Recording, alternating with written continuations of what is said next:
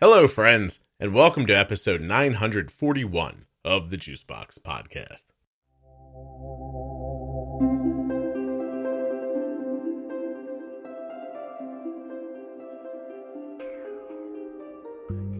Today on the podcast, we'll be speaking with Maddie. She's 18 years old, has type 1 diabetes, a couple other things going on, and she trained her own diabetes alert dog. Get the hell out of here, right? It's cray-cray. Wait to hear how she did it. After we hear her story. So we'll talk to her a little bit. We'll talk about the dogs then, some other stuff. There's some joking around. You know how these go. While you're listening, please remember that nothing you hear on the Juicebox Podcast should be considered advice, medical or otherwise. Always consult a physician before making any changes to your healthcare plan or becoming bold with insulin. If you're looking to save 10% off therapy, go to betterhelp.com/juicebox because at that link, you will save 10% off your first month of therapy with BetterHelp. To get 5 free travel packs and a year's supply of vitamin D with your first order, athleticgreens.com/juicebox. Get some AG1 with Scotty's link. And to save 35% off your entire order at CozyEarth.com. Just use the offer code JUICEBOX at checkout. All right, you ready? Couple of ads, and we're on our way. Don't skip the ads. Skip the ads, there's no podcast. This episode of the Juicebox Podcast is sponsored by US Med. US Med is the place where we get Arden's supplies from. We get diabetes supplies like Dexcom and Omnipod there. But there's more. You can get Tandem, Freestyle, and a lot more. Head over now to usmed.com/juicebox to get your free benefits check. Or you can call my special number, 888-721-1514. US Med always provides 90 days worth of supplies and fast and free shipping. Get better service and better care at usmed.com/juicebox. Hi, I'm Maddie. I've been type 1 diabetic for 11 years, and I'm just going to talk a little bit about self-training diabetic alert dogs. Okay. Maddie, you being so young ruins all of my fun about your last name. You know that, right? Yes. Yeah. We're not going to say your last name, but all right, well, listen, we'll talk around it for a second. First of all, let's say this first. When I was younger, before I had met ladies and thought that I might actually be able to trick one of them into marrying me one day, I wanted to name a baby Madison one day. Like that was the name. Nice. That was the name I had picked. It did not work out for my wife. Did not agree with me apparently, but that was the name that was in my head for years when I was younger. Okay, so we're not going to say your last name, Maddie. Okay. But it basically means, let me think. Mostly, is that what it basically means? Probably. Okay. Do you have brothers? No. Are you with does your father live at home? Yes. Do the ladies seem to really love him? Maybe. Okay. Are your mom and dad married? Yeah. Okay. Does your mom seem really happy, Maddie? Well, they have their moments. My dad has a traumatic brain injury, so it's a lot. Oh my God. Did the hit him in the head? What happened? I don't know. You don't know? He was in a car accident. Oh, Maddie, I'm so sorry. This isn't fun at all. No. Well, at least he has that name, which I would wonder. I have to tell you, if my last name was your last name, when I introduced myself, I'd say my last name every time. Like when I walked into a room with people, like my last name is Benner. I'd never say it because bad name. You know what I mean? Actually, both of my names suck. Have you really thought about it? Scott, terrible name, right? It's very curt and terrible, short, meaningless. And then Benner, which gets run over. Like, what did they say? What did he say? Brenner? Like, that's how it goes all the time. But if I had your name, I'd walk in the room, I'd be like, I am Scott Benner. Damn it, everybody hear it. It's a great name. I hope you have many sons. They will have amazing lives with that name. Don't take your husband's name if you get married, okay? Okay. You make him take that name. Okay. If you're thinking that way. But that's none of my business. All right, so you are 18. You were diagnosed 11 years ago, so you were 7 when you were diagnosed. Is that right? Oh, it's been 12 years. Wow. You're an only child, is that correct? I have an older sister. An older sister. Oh, just no brothers. Excuse me. How old's your sister? She's 25. 25. Does she have any autoimmune stuff? No, she's legally blind, but that's not an autoimmune condition. Maddie? Yes. Are there anybody else in your family that if I bring up, you're going to tell something sad about them? Probably. Really? My family, everyone in like my immediate family has something medical. No kidding. All right, well, let's go. All right, hold on, then. Let's pick through it for a second. You're Maddie. Yes. You have type 1. Do you have anything else? I have a couple other things. Go ahead, Maddie. Well, I have non-epileptic seizures, so that's fun. I don't, but nothing related, like nothing that came off of type 1. Okay. Non-epileptic seizures? Yeah, they're caused by like my body over-exaggerates stress and anxiety, so I just go into a seizure if I'm overly stressed. No kidding. Yeah. I shouldn't have started with the talk, you think? Probably not. Yeah, sorry. All right, should we deep breathe together or something? No, it's fine. Okay. So how long have you had those? Since October 2019. 2021. Oh, okay. So it's 3 years, but it's a newer thing. Yeah. I'm still trying to figure it out. Yeah. How often do they happen? Do you see, can you see triggers coming, or does it surprise you? Well, my only trigger that I've found is school. Oh, there's my pump. So my only trigger is like school. So I tried college, that didn't work. In high school, they were daily, multiple times a day, lasting upwards of an hour. Sometimes longer than that. Oh my God. And I just kind of learned to deal with it. That's my life. They don't happen anywhere other than school, so I just don't go to school. Problem solved. Oh, Maddie, you're brilliant, aren't you? I see what's happening. I'm making air quotes now. You have non-epileptic seizures because, and you found a way to get out of school. Is that what you're telling me? Well, I graduated. I walked that stage, and I had to have a one-on-one to basically be there in case, well, not in case, but when I had a seizure, they would just be there so the class didn't have to be stopped. Maddie, but I made... How often do you think that happened in total in the last 3 years?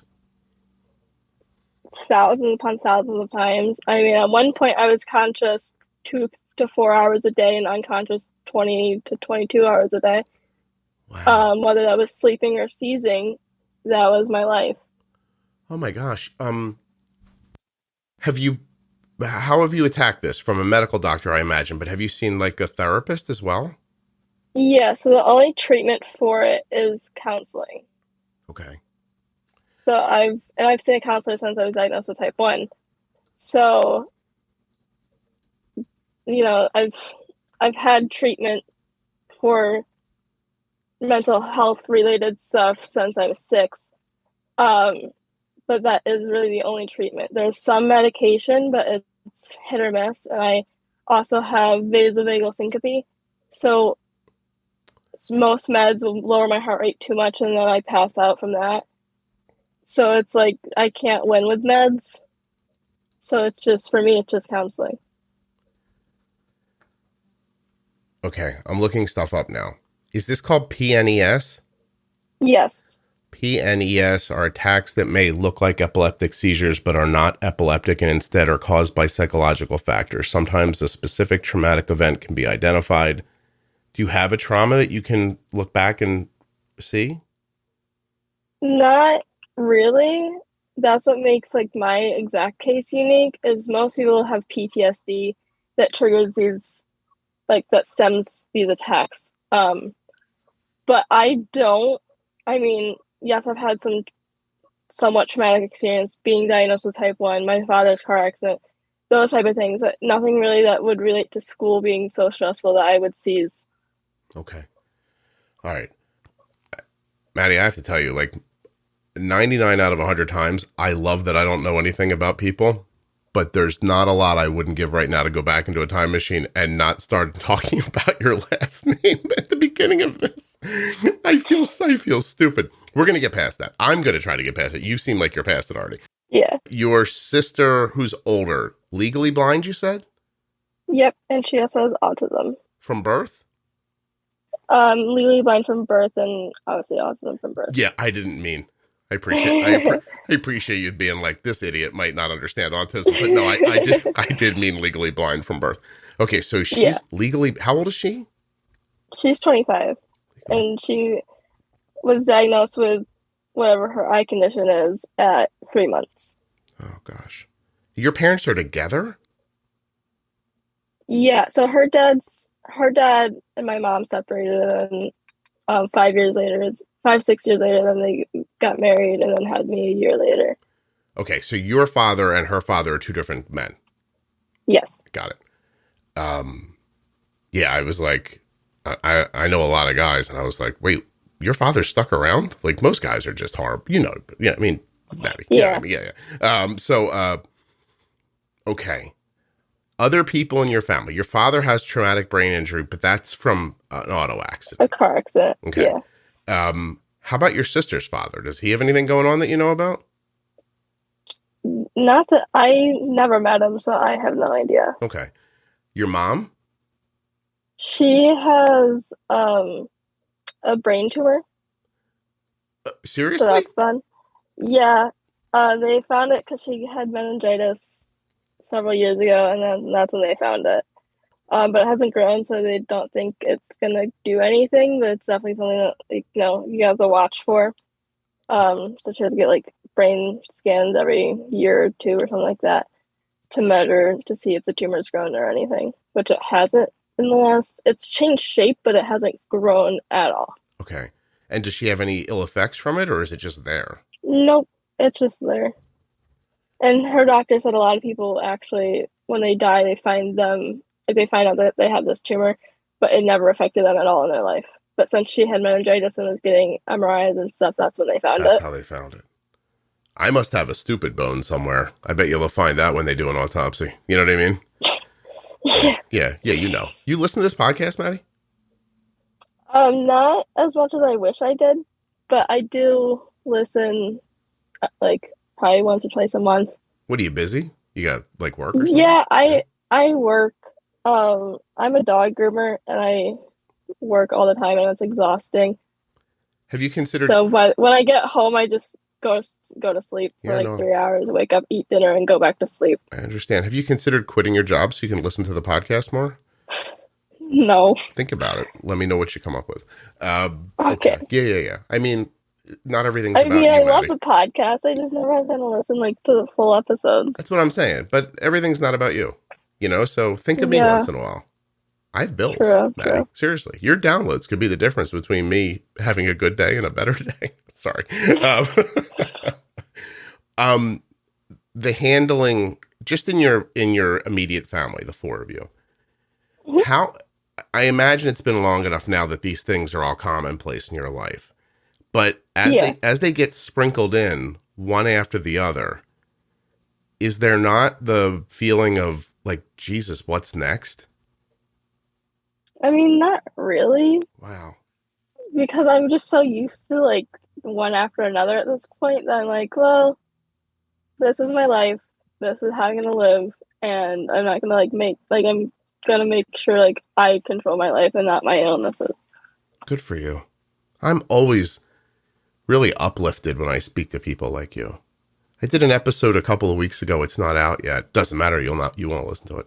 But with a quadriplegic who became a quad by like a medical mistake, which is already just terrible. And then a handful of years later gets type 1 diabetes. Just really, and she's got such a great attitude. And I'm sick. Maddie, I've got I think I got what they call the RSV, respiratory something, right? I am walking around this house complaining like someone drove a metal spike through my thigh. You know what I mean? I'm like, when is this going to stop? This isn't fair. I started philosophizing with my wife the other day. She's sick, by the way. My poor wife has this and COVID at the same time, I think. She's doubly ill. She's been ill for weeks. And I'm Yeah. standing there trying to have an existential conversation about why do illnesses even exist? And she's like, shut up. And so Yeah. I'm assuming if any of the things that happened to the people in your life happened to me, she'd probably kick me out, don't you think? I would never stop complaining. I just, first of all, Maddie, I love to complain like a sport. I don't even complain to complain. I just love the practice of it. Some people know what I'm talking about. You're not one of them. Okay. How is it managing your type 1 diabetes? And I'm fascinated. Managing type 1 doesn't pressure you. I mean, Not enough to make you have a seizure. Yeah, but like my seizures are definitely like there's a certain type of stress that triggers them. It's not like, oh, my blood sugar is so high, I don't know why, and like this is stressful. It's not like that. It's like the most random, stupid thing that you wouldn't think would trigger someone to have any anxiety or like that severe of anxiety. Mm-hmm. Like the school in general, just too many stimuli around me and everything like that. Like that's what triggered me. So like managing type 1 doesn't, I mean, I lived with it more than half my life. 12 years. So I'm just so used to it by now that I know, like, I just, not really what to expect, because obviously you never really know what to expect day by day. But, Right. I just deal with it how I have to. And some days that's, sitting in my room crying because I don't want to be type 1 anymore. And other days that's, doing like public speeches on different, like, I did a public speech at a library. No one showed up, but that's not the point. I went there and I had everything ready and I did a presentation to the person that organized it. And it was about service dogs and disability awareness. And so that's like doing those type of things is my outlet. And that's like helping other people is basically my outlet. Yeah.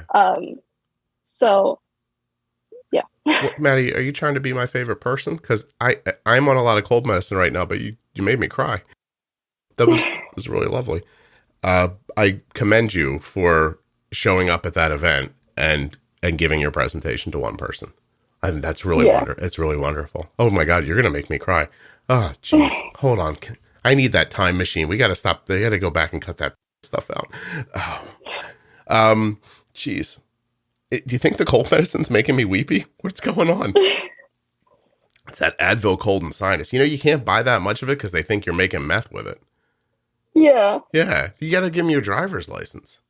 Yeah, you have the ID just for cold meds. Yeah. But if you buy one tablet and one liquid gel, they don't bother you, but you can't buy 2 tablets. Interesting, huh? Yeah.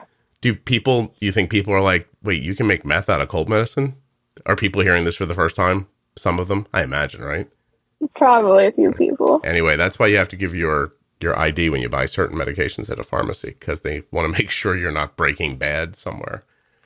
Is that an old reference, or did Breaking Bad hold up in Netflix? I never watched it, so. Well, then apparently it's a terrible reference, Maddie. Okay. If I asked you questions about school and what makes the seizures, you can answer the questions right now. They wouldn't bother you. Yeah, I mean, I don't really have answers for you, though, because we don't even know what exactly triggered them at school. Yeah. No, I'm not going to... We just know school is... I'm sorry, Maddie. I'm not going to ask you the questions. I just wanted to know, like, if if I started grilling you, like, hey, so when does it happen? When you get there, when you saw a certain teacher, when you're in, like, you'd be able to talk about it right now. You wouldn't have any trouble. Yeah. That's fascinating. Okay. You said that when you were younger, you had some other psychological illness that you were dealing with. What was that?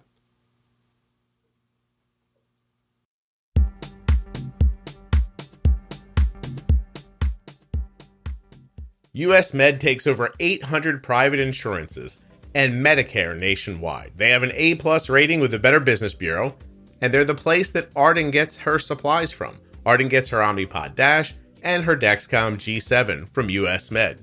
But they also carry Omnipod 5, Tandem T-Slim X2, Freestyle Libre 2 and Libre 3, and the Dexcom G6. Holy henna. They also have syringes and insulin and testing supplies at US Med. They're the #1 distributor for Freestyle Libre systems nationwide, the #1 specialty distributor for Omnipod DASH, the #1 fastest growing tandem distributor, and the #1 rated distributor in Dexcom customer satisfaction surveys. Holy moly, better service and better care at usmed.com/juicebox. US Med has, get this, listen to what I'm going to say. US Med has helped over 1 million people with diabetes since 1996, and they'd love to help you too. Call 888-721-1514 or go to the link usmed.com/juicebox. Use the phone number or the link to get your free benefits check, and then you'll be on your way to getting your supplies just like Arden from US Med. Are you looking for somewhere online to talk with other people who have type 1 diabetes, maybe some type 2s, maybe some people who have gestational, or I don't know, they're the parents of kids with diabetes? I've got the spot for you.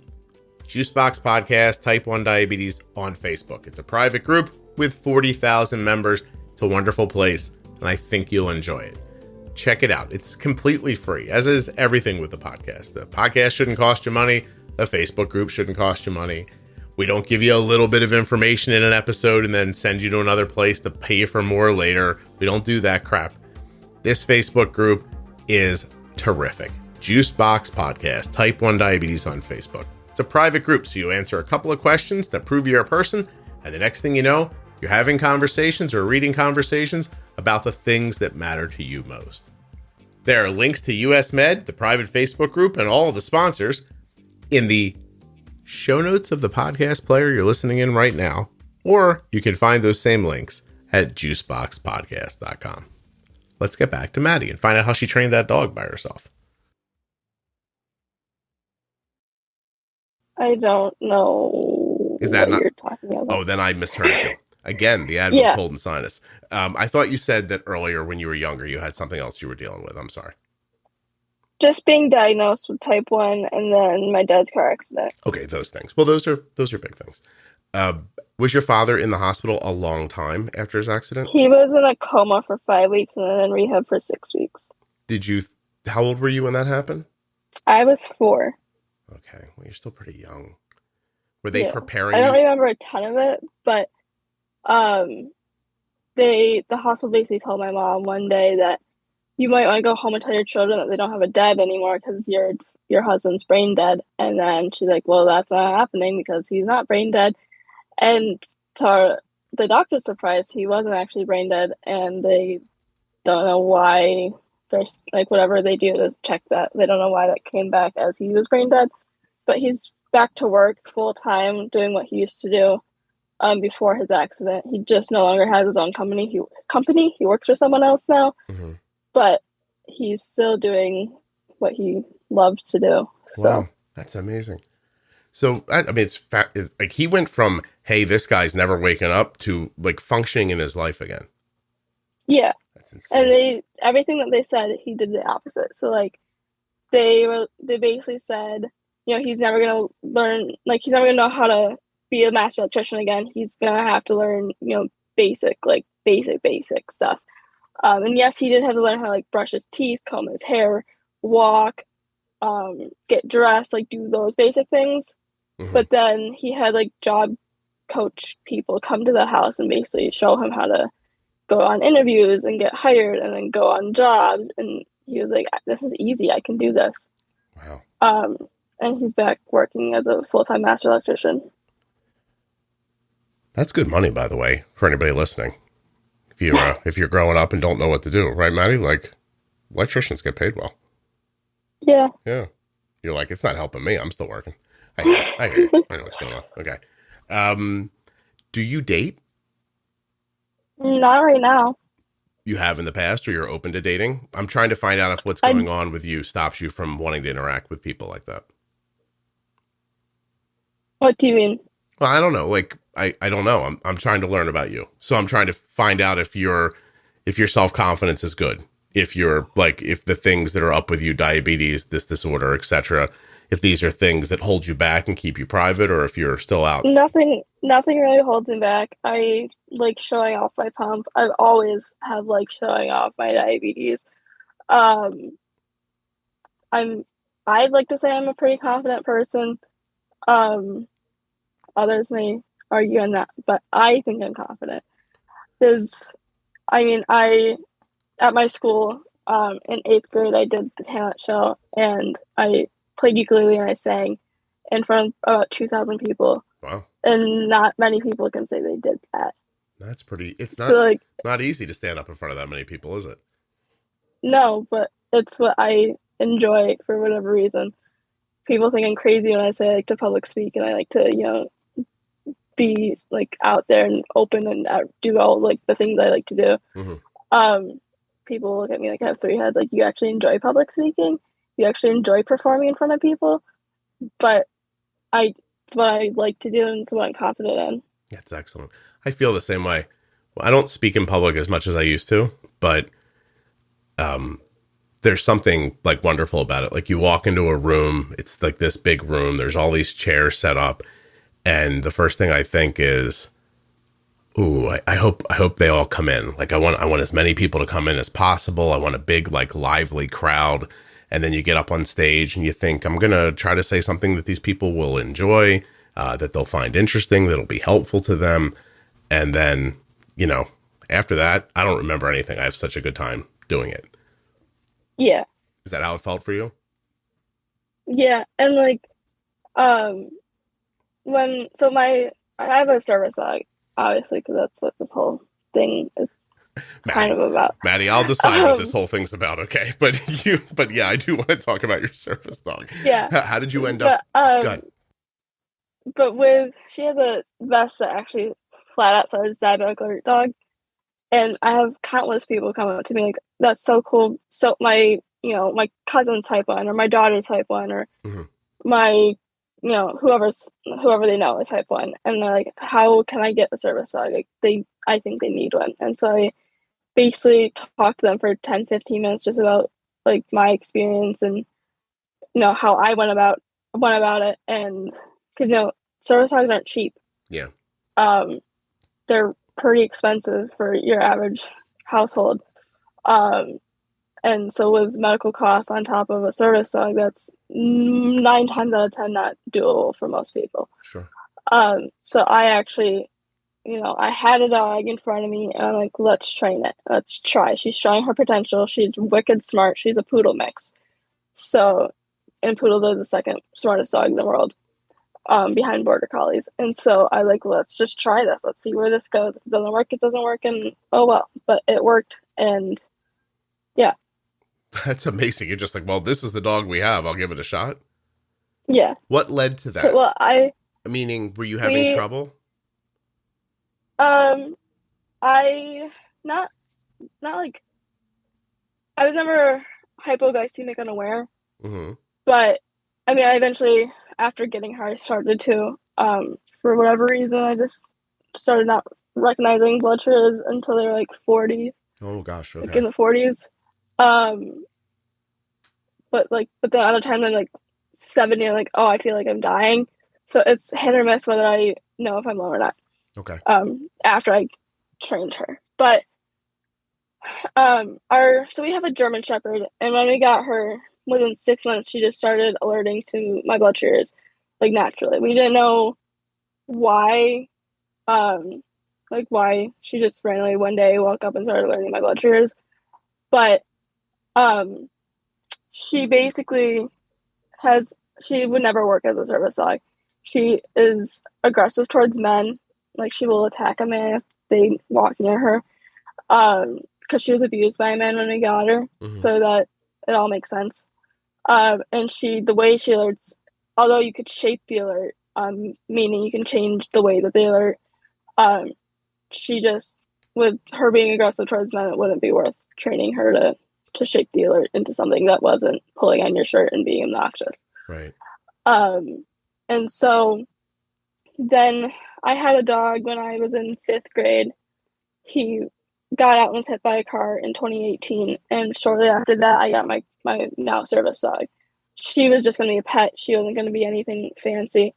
But she showed her potential. I basically, from day one, we just did basic obedience, and we built that for a year. Then December 26th, 2018, or not 2019, sorry, was just 1 year after I got her, I started scent training, and she picked it up really fast. By about late January, early February, she did her first live low blood sugar alert. Tell me about the scent training. How does that go?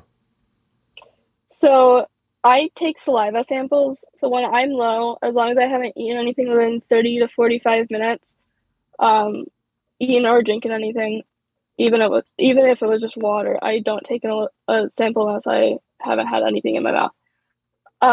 And so I will suck on a few pieces of like sterile gauze type stuff, or paper towel that's never been opened. I'll like open a new roll of paper towels and use that only to take samples. I suck on it for like 3 to 4 minutes, and I spit it in these little tiny bags, and you can freeze them for 3 months. They're good in the freezer for 3 months, good in the fridge for 3 days, and good out of the fridge for 3 hours. So I use the 3-3-3 rule.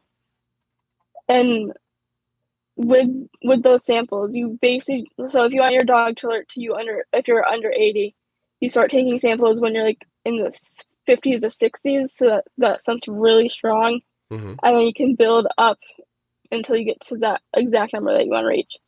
So mine is, she alerts between or under 80 and above 180.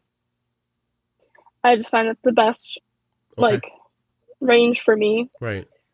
And so it's kind of hard to explain without being like demonstrate, but I have these little tiny metal tins with holes in the top that my dad drilled out for me, and these tins have I put the sample in, screw the lid on, hold it in my hand, and then with that, in the very, very beginning, I just had her smell it. The second she smelled it, I used a clicker, clicked, and rewarded with a treat. And we built that up to her pawing me, and then eventually her using a thing called a bringsel, which is basically either just a paracord tab that hangs from her collar or a biothane tab. And when I'm low, she'll paw me, and I'll say hi low, and then now there's a garbage truck. That's fun. But she'll just grab the bringsel if I'm low, and that's how she can tell me the difference between high or low. Wow. So you could, well, that's a lot. But I guess my first question is, where did you learn this? So I've read the book called The Ping Project. Okay. I read that before I got my current dog. I read that when we had the German Shepherd that was alerting, but we didn't know she was like that aggressive towards men in the beginning, and that couldn't be trained out of her. And so with that, I love training dogs. I actually do dog training on the side.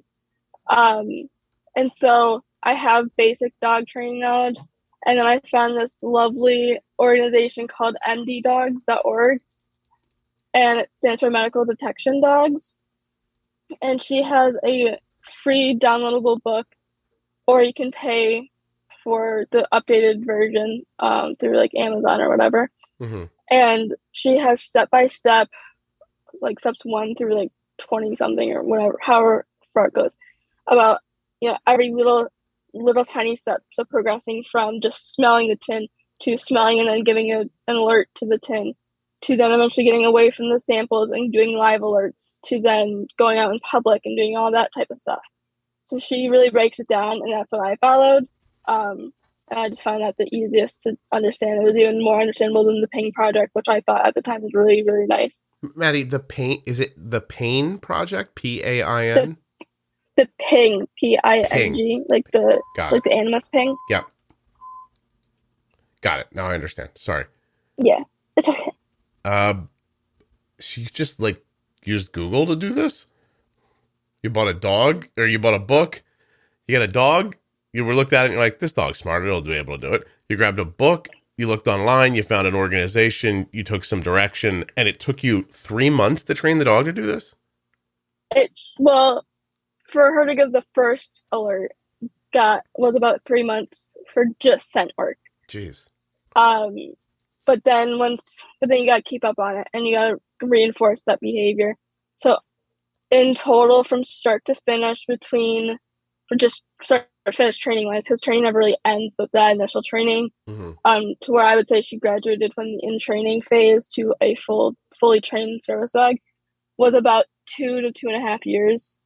From basic obedience day one when I got her to the time I felt confident that she was capable of being in public without the in-training patches. Gotcha. Does she ever approach another person whose blood sugar's off? Or is it? She has. Well, she's never approached them, but she's alerted me to other people. One time I was in a restaurant and I saw someone with an insulin pump right in front of me, one table in front. And she alerts me and I look, I check, because with a diabetic dog, you should never go off your Dexcom number. You should always do a finger prick. And that's because Dexcom can obviously be off. So you always want to double check with a finger prick. And it was reading 130. So I'm like, okay, we'll check in 10 minutes. Maybe you're catching a rapid rise or rapid drop. I check again. I'm in the 120s or so. I'm like, okay, you're not right. There's something going on here. And then eventually the woman got up to leave, and I was like, hey, I just have a question. I see you're type 1 diabetic. I am too. This is my diabetic alert dog. Is your blood sugar high or low? Because she's alerting me, and I think she's alerting you. And she goes, oh my God, my blood sugar is just in the 60s. And I was like, that's so cool. My dog just alerted me to your blood sugar, even though I had no idea that you were low. It's amazing. And that's really amazing. Yeah. I mean, it's amazing that you did it. It's amazing that it works. It's amazing that the dog does it with such consistency. Are there ever times where you're low and the dog just does not say anything to you, or no? There's been a handful of times the past three years that we've done that she's been doing scent work. But she has a 96% accuracy. Last time I checked, it was 96%, meaning she got 96 out of 100 alerts. She missed 2 alerts and she falsely alerted to 2. Wow. That's pretty Which just means she alerted, but there was nothing wrong. How often does you're wearing a CGM, you said? Yep, I wear the Dexcom and I also have the tandem. Okay. So how often do you, when she alerts you, do you look at your gear and go, oh, yep, she's right? Does she match the gear, or is she ahead of it, or how does that work? She's normally a little bit ahead of it if I'm low.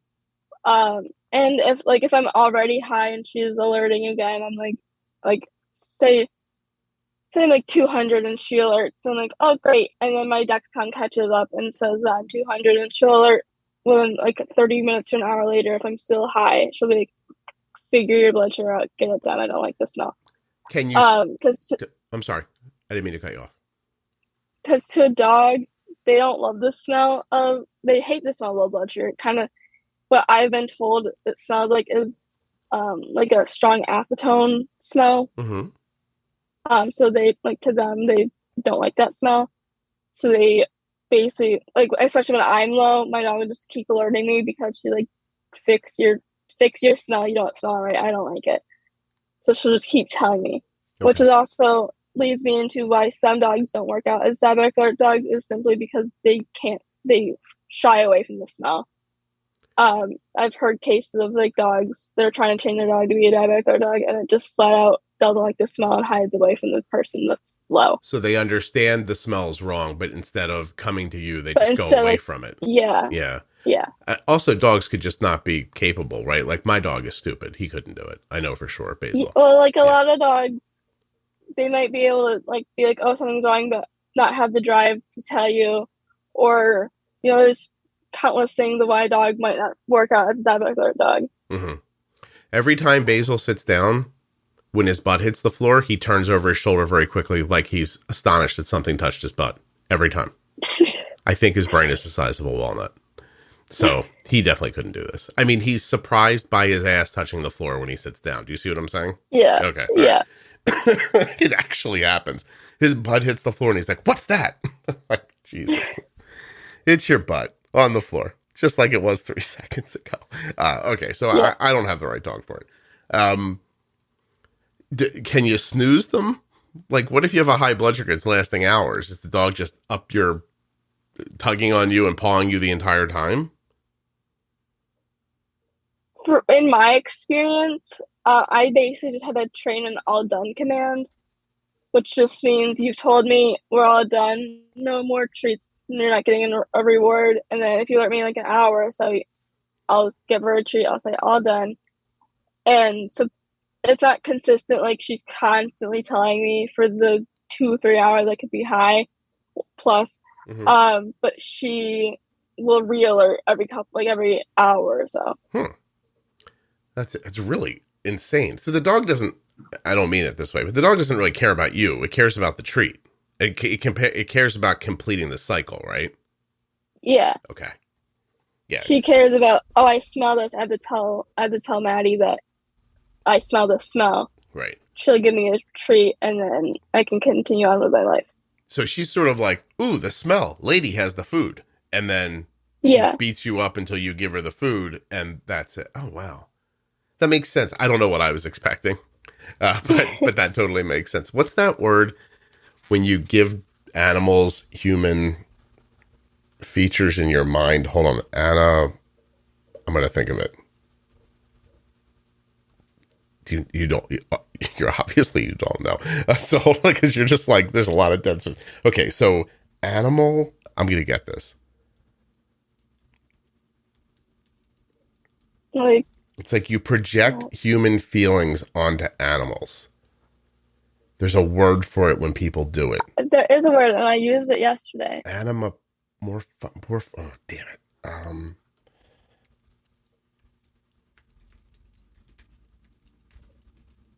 I don't know. So I'm going to get it. My Google food was, I got it back. I just, like I said, I'm sick. I have it. Anthropomorphism is defined as the tendency to attribute human forms and behaviors and emotions to non-human animals or objects. It's particularly relevant for companion animals. Some practices can be beneficial, while others can be, that doesn't matter. So it's basically like when someone says, oh, the dog misses me, or I can tell that, like that kind of stuff. Like you give human traits to the way your dog's acting. Like people, you ever hear people say my dog is spiteful? Do you ever hear? Not really. No, because you're a nice person. That's why. But like there are some people who think like, oh, the dog peed on the floor. It's out of spite. Like he's mad at me. I'm like, that's the dog's not the dog's. I don't think the dog That's has your issue, not the dog's issue. Yeah. The dog doesn't have the brain power to be angry at you. I don't even think it could process anger. Like, what are you talking? I mean, there are some breeds that are more prone to like, holding grudges against certain things. So there's actually like when you're looking at a puppy to become a service, like you can do a temperament test, and one of the things in the test is seeing if they will if they'll hold a grudge against you if you like cause some slight discomfort. So it's the whole test is like 10 different like elements, and basically you just want a dog that scores mostly 3s and 4s.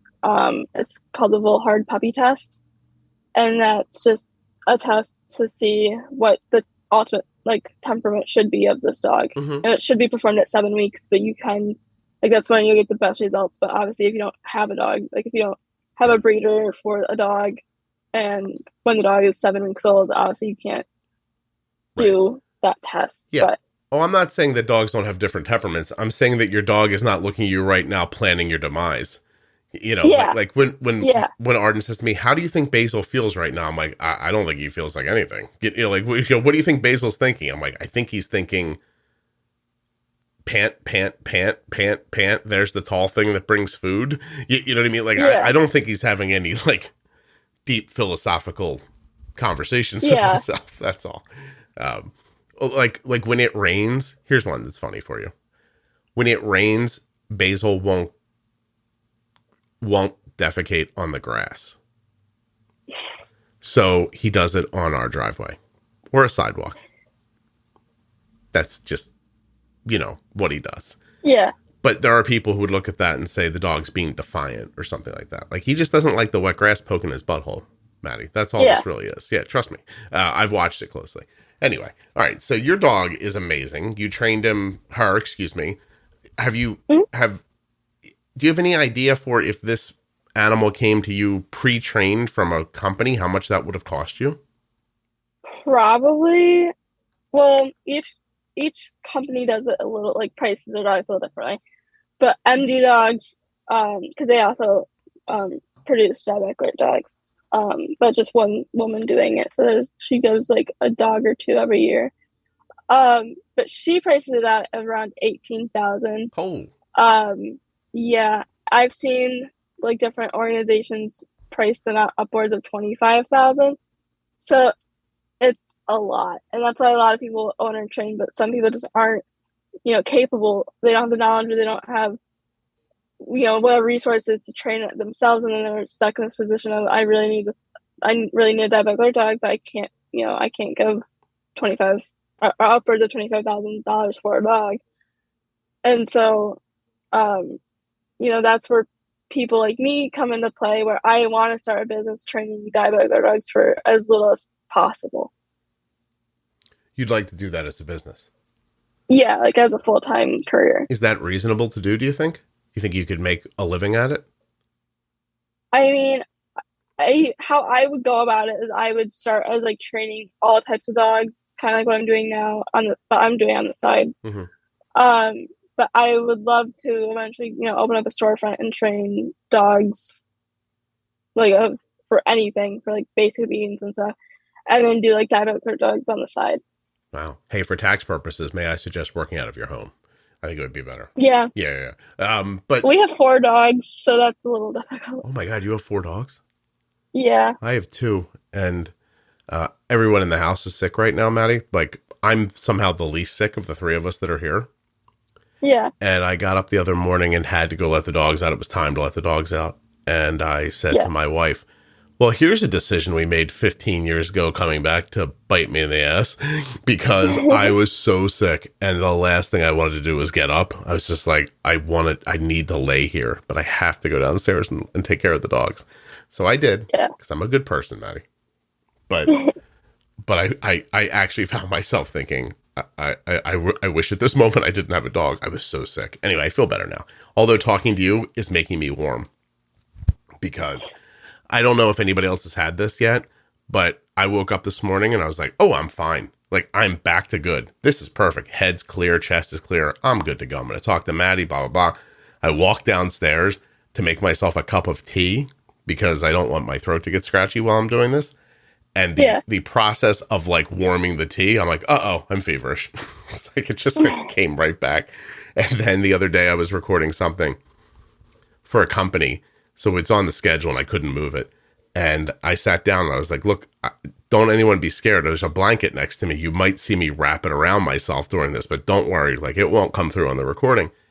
And instead, sweating like a fire hose while they were talking. Like, I looked like I was kicking meth or heroin, Maddie. Okay. Like, they must have been like, who did we hire for this thing? Because I was sweating like in sheets of water. And I thought for sure I was going to be freezing while I did it. It's just, it's so crazy the way it goes back and forth. I have a question for you. Yeah. What made you feel like I need a diabetic alert dog? That's a difficult question. There's not like one thing that is like, this is what I need. But I would say, having really, really like dangerous, like under 20 low blood sugars, like below 20 as the blood sugar. And that happened to you? How frequently? It happened probably 2 times in the year before I decided, like within the year that I had my dog, before I decided to do descent training and make her into a diabetic alert dog. Gotcha. I remember the one that stands out to me the most is I was in the car. I felt fine. I was about to eat like a really sugary cookie. Like, I might as well just double check, make sure my Dexcom's right before I give too much insulin. check, and we're driving, or my mom's driving home, and I look and it says low. I'm like, oh, that's not good. So I just start downing juice in this cookie, and I'm like, well, let's hope I survive this, because I don't feel low, but I'm under 20. My Dexcom's reading like 80 something, but I fully trust my meter over the Dexcom, because at the time it's a G5. And I was like, I don't want to go off. Like, I'm treating this. I'm not Sure. No, risking 100%. that. Yeah, I definitely would And too. then one time, like right when I started doing the scent training, or maybe like the month before, I was like just looking into like the like the likelihood of this working out. I was just sitting in the living room, not thinking anything of it, and I felt low, but not like as that low. I thought maybe I was like in the 60s. I was 32. Oh, wow. And I was like, this isn't good. Like, and I had like a lot of insulin on board. I'm like, this is not fun. And I feel like I'm dying. And so I was like, let's just try to train her as a diabetic alert dog. She saved my life more times than I can count. There's been a lot of lows that she alerts to, I treat, and I just end up lower. So I'm very thankful that she was there to catch it before it got too dangerous. Yeah. And and I had to use like glucagon or something. And then there's also some times before I got her where I was in DK. I was in DK 3 times. My whole life. I was never in DK at diagnosis, but then in December 2015, January 2016, I was in the hospital twice with DK 3 times. Maddie, are you using Control IQ from Tandem, or just yes. You are? And so today, modern time, like not going back in your life, but right now, does your blood sugar bounce around like that still? Yeah, it does. Especially because I just started my current job as a dog groomer. So I'm still getting used to how to manage, like how to figure out my exact ratios for like basal and carbs and stuff while at work. Because it's way more physically demanding than I'm used to. So like I've been having a lot more lows lately. Yeah.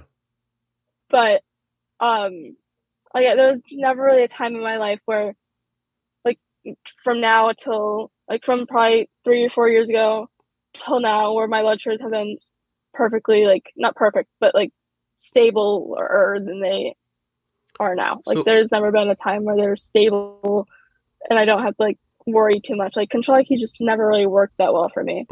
Maddie, can we talk about this for a minute? Are you okay with that? Yeah. Okay. Can I ask how much you weigh? 130. Okay. Can I ask what your basal is? It fluctuates by the hour, but I can look. Like right now, it's increased. Let me go see, because the Control IQ is working. But normally, in settings. Yeah, normally, like right now, it would normally be 1.1. Okay. But then it goes up to like 1.3 depending on the hour. And down to 0.9. Yeah, nothing. That's fine. Yeah. But your insulin to carb ratio. 1 to 9 all day. 1 to 9. What's your correction factor? 1 to 50 most of the time, except for overnight when it's 1 to 40. That's pretty aggressive. Okay. And overnight, you don't have stability? Overnight's the only time I'm somewhat stable. Oftentimes I wake up low. I'll go to bed, my blood sugar will be like in the 200s, and I'll wake up in like the 60s. Are lows most of your issue? And highs are more of my issue. Highs after food? Then when I correct it, then I go low. Highs after food, though? If I'm giving the full dose, then I go low. If I don't give the full dose for the food, like if I take, say, half a unit off, then I am stable, or like I don't go too high and I don't go low. But then if I, gas on food, then I'm always high after. What would you say? Give me some examples of like average meals you have during the course of a week. Well, so I don't eat fruit, vegetables, or meat. So I eat a lot of like carbs. So pastas, like peanut butter sandwiches, Mm-hmm. more pastas like mac and cheese. Mm-hmm. Maddie, we figured out the problem. Quesadillas. We figured out the problem, Maddie. All right, hold on a second. Those are Yeah, hard things to bolus for. yeah. Are these pastas you buy at home or in a store? Or in a That restaurant? I make at home. Okay. And same with the sandwiches and stuff like that? Yeah. Can I make tiny suggestions for you that might make this easier? I mean, you I'm can. not going to tell you to eat I'm not gonna differently, Maddie. stop you. You're 18, and I'm not going to be like, you know what, Maddie, you should have some quinoa. I'm not going to say that because I don't think either of us know what it is. But little things. When you go to the grocery store and you buy pasta, Yeah. look for a brand by a company called Dreamfields. Okay. Okay. It took me a little while to find Dreamfields pasta. It impacts Arden's blood sugar significantly less than other store-bought pasta. And she went off to college, and I saw her with a plate of like bow tie pasta the other day. It crushed her. It crushed her because the pasta she was used to eating had less glycemic impact. Same thing for your bread. When you buy bread, make sure it doesn't have high fructose corn syrup in it. Like get a bread that says no high fructose corn syrup. These are like little things you can do to make your eating style more manageable. Because what it sounds like is happening is that well, let me ask a question before I say what it sounds like is happening. What happens when you just eat like a regular, not super carby thing? It must happen once in a while, right? Does your insulin to carb ratio work pretty well then? Well, I never eat like not high carb count. I can't never broke answer off that a salad, for you. just a salad for one day or a bowl of soup I don't eat vegetables. because they touch dirt. No, because I have this thing called ARFID, Wait, hold avoidant on. restrictive food. What is it called? Avoidant restrictive food intake disorder. Oh, hold on. So it's a type of eating disorder, basically. How long have you had that? Since I was 2. How does it present when you're 2? Extreme, picky eating to the extreme. Say that again. I didn't hear you. Picky eating to the extreme. Picky eating. Avoidant restrictive food intake disorder. ARFID. Correct. ARFID. Yes. It's a fun name. ARFID. You should name the dog ARFID. That would have been hilarious. No, never mind. Hold on a second. People with autism spectrum conditions are more likely to develop ARFID, as are those with ADHD and other disabilities. Do you have ADHD? Yes. Because you don't have intellectual disabilities because you figured out how to train that frequent service dog with the internet. That's amazing. When children don't outgrow picky eating. Okay, so there's a significant amount of foods you're just not up for. So no, thank you. So then that's fine. But let's try to find the healthiest versions of the carby food. That's all I'm saying. Okay. And so, like I'm saying, simple steps. No high fructose corn syrup in your food. Places it hides where you wouldn't expect it is bread, pasta, things like that. Dreamfields pasta. If you eat a lot of pasta, try that brand. It's a black box. I'm going to find it for you because it's going to make a big difference for you, I believe. Hold on a second. Hold on. Dreamfields pasta. I'm trying to get the box up, a picture, so I can describe it to you. It's like a black box. It has this like little circle logo that says Dreamfields in it, and there's like some wheat inside of the circle. Yeah, and there's some red in the box too, like a red stripe. I'm telling you, if you eat that much pasta, switch to this brand. Okay. There's also a way to cook pasta, cool it, and reheat it, where I've heard of that. It doesn't impact your blood sugar the same way. So a little bit of prep work, if you can't find the Dreamfields, might help as well. But that's it. Like, just try to get healthier versions of the carby food if you can, just with as little processed crap in it. But the high fructose corn syrup is a big piece of it. Because now that we've talked about that, like what it seems like to me, because your basal can't be, I don't think your basal's bad, right? So if you're bouncing around all the time, then what I'm imagining is happening is you're counting carbs, but are you pre-bolusing? I do most of the time. When you don't, you definitely spike, right? Typically, sometimes I don't. Like it's weird. Like it's weird how it all works.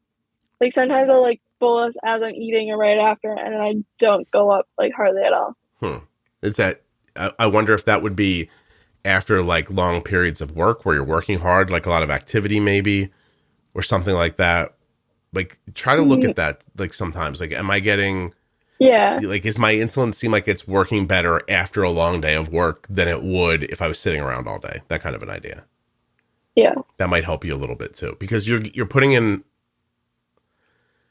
I mean, you're covering the carbs the way you want with 1 to 9. 1 to 9's not a, like, I don't know what your carb ratio should be, you understand, but 1 to 9's not crazy. It's, it's a little aggressive. But you're also a girl. You get a period, right? Mm-hmm. Yeah. So there's all that going on. That's a lot of hormonal impact. Your correction factor. What happens if you made that correction factor? I mean, 1 to 40 is pretty aggressive. 1 to 50 is too, but that's where Arden's is. So it's not crazy. Are you having, Maddie, can I ask you if like your periods are normal and stuff? Do you have any weird hormonal stuff going on? Not that I know of. Acne, can't get rid of? Not really. No, not really. Okay. Sorry, I didn't mean to ask you about that. But if you were having something, there's ways to try to get ahead of that, because it could be causing you to use more insulin because of that. But it doesn't sound like you're having an issue with that. Does your whole system work well? Like, does the food go in and come back out every day? Yeah. You know what I mean? Yeah. Okay. All right. That's good. So you have good digestion. Yeah, I think you could probably make a big impact by just doing what we said about the food. Yeah. Give it a shot. See what happens. Okay. If you do it, would you let me know? Yeah. Yeah, you would? Like, just send me an email and be like, hey, I started using Dreamfields pasta and my life is better, or something like that. Yeah, I can do that. All right. Do you know about bolusing for fat and protein? No. Okay, so you're not eating, well, you're probably eating fat though, right? The pasta has like sauce on it? Not normally. No, just a butter or dry? Just butter and salt. Butter and salt. Okay. I have a high salt diet because I pass out without, like, because I need a higher blood pressure so I don't pass out so often. Okay. Oh, that's interesting. So you need more salt. Yeah. Everybody else is trying to avoid it. You're the lucky one that gets to have more. Yeah. My cardiologist is like, you need extra salt. You know how many people, you know how many people are, finally, Maddie, a medical thing of yours that other people are jealous of. They're like, ooh, I wish I'd love to put more salt on my food. I don't know. I mean, it's a lot. Do you get help from other people with your medical stuff, or are you on your own a little bit?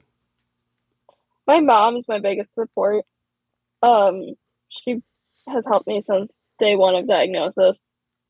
And I'm not in college, so I live at home with her. So, I'm not really like completely just on my own. Yes, I'm like very independent, and like I make my own doctor's appointments, like call in like prescriptions and stuff. But you're calling to have them refilled. But then it's like she still helps me when I need it. Okay. So tell me what you don't eat again. Fruit, vegetables, or meat of any kind. When you say vegetables, does that include French fries, or do they get past that rule? It can only be McDonald's French fries. So do those happen fairly frequently? Not that frequently. Okay. Maybe like a couple times a month. Okay. So how about deep fried things? Do you have a lot of deep fried stuff? Mozzarella sticks. Mm-hmm. Do you notice and that's about it. Do you notice a spike that is hard to control after mozzarella sticks? No, actually. You don't. I mean, I don't have like I make them in the oven, so I don't know if that changes anything, but I never noticed that I spike more than normal with mozzarella sticks. Well, the oven is the key factor. If you're not deep frying, them, then you wouldn't see a fat rise later. Oh, okay. A lot of pizza? Not like a ton. No. I mean, maybe like no, it's for like special occasions and just like randomly here or there throughout the year. It's interesting.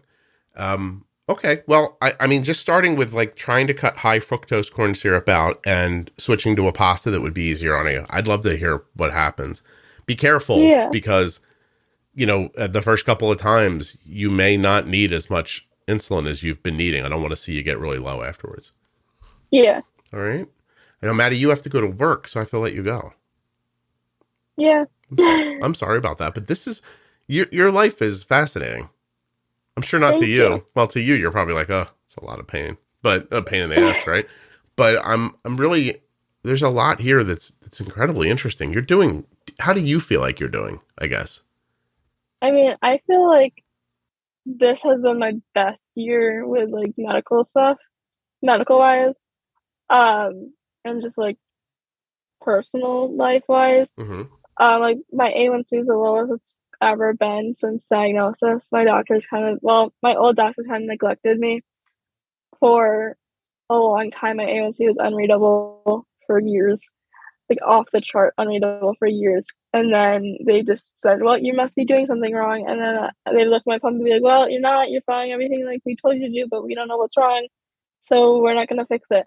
So Mm. then I went to a doctor that's about an hour and a half, 2 hours away that I have to go to every 3 months. And literally the first appointment to second appointment, my A1C dropped and was actually readable. So that was great. Wow, that's amazing. But what was it when you got it down low enough to be read? I believe it went from unreadable to like 12 or 11 point something, 11 or 12 point something. That's amazing. And that was just the last one that you got a No, that was a couple years ago. couple years ago. The last one I got was 7.1. Oh my gosh. Isn't that great? Yeah. Yeah. That's amazing. Now we Like, just I got don't feel like I've done anything different. well, But then it was way lower. So like clearly I'm doing something right. yeah, you definitely are. I think your next step is just to try to get rid of the lows, like the variability. You don't want to be bouncing around as Yeah. much. Yeah. Yeah. Okay, so Maddie, I know you don't have a ton of time to listen to the podcast, but would you listen to just like there's a pro tip series that might help you with your insulin? Would you be interested in that? Yeah. All right. I'm going to do you want me to send you a list? Because you're not in the Facebook group, are you? I am in the Facebook Oh, group. you are. Oh, hold on a second. Yeah. I didn't know that. Not under this name that I'm looking at now, though? No. Okay, see. Hold on a second. I can figure things out. I'm smart. I private messaged the Bold with Insulin Facebook page So Monday or Sunday. Sunday. So you're in the private group. Yes. Well, I'll just block it out. What's your name in the group? I won't let anybody hear it. Beep. I'm just kidding. I cut it out. Okay, I got you.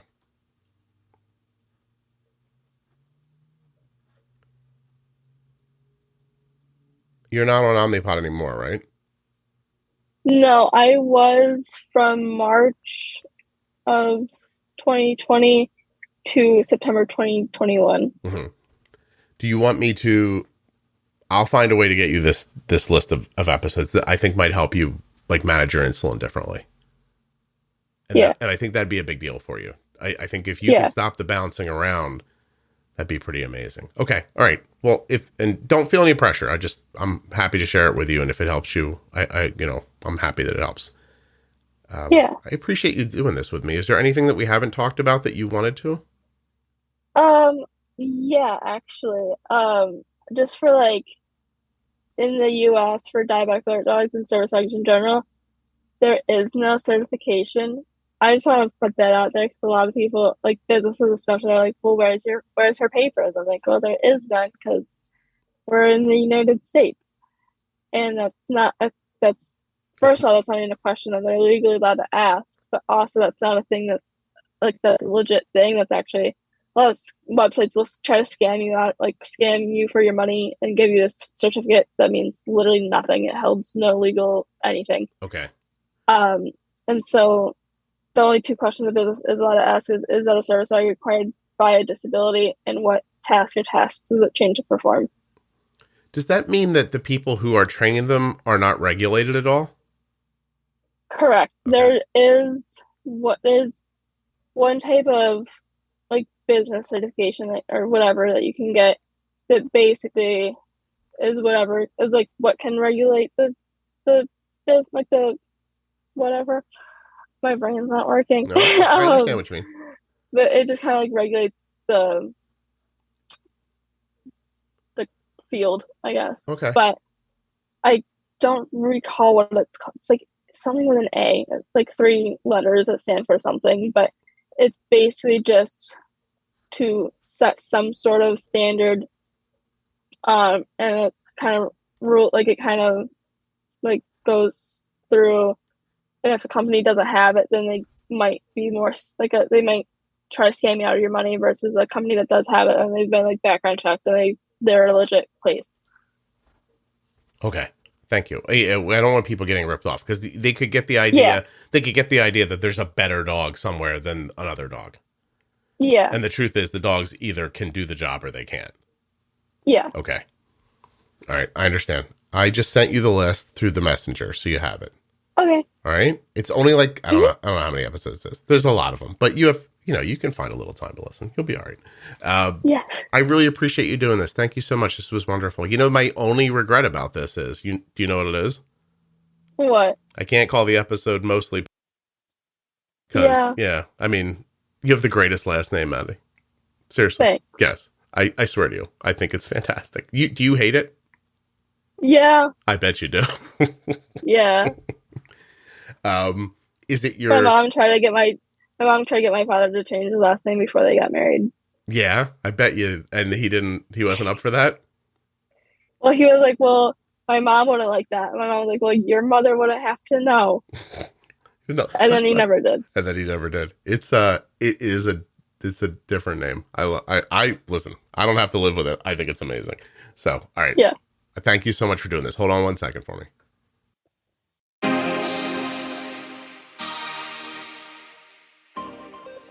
Hey, first of all, a huge thanks to Maddie, 18 years old. She did such a good job today on the show.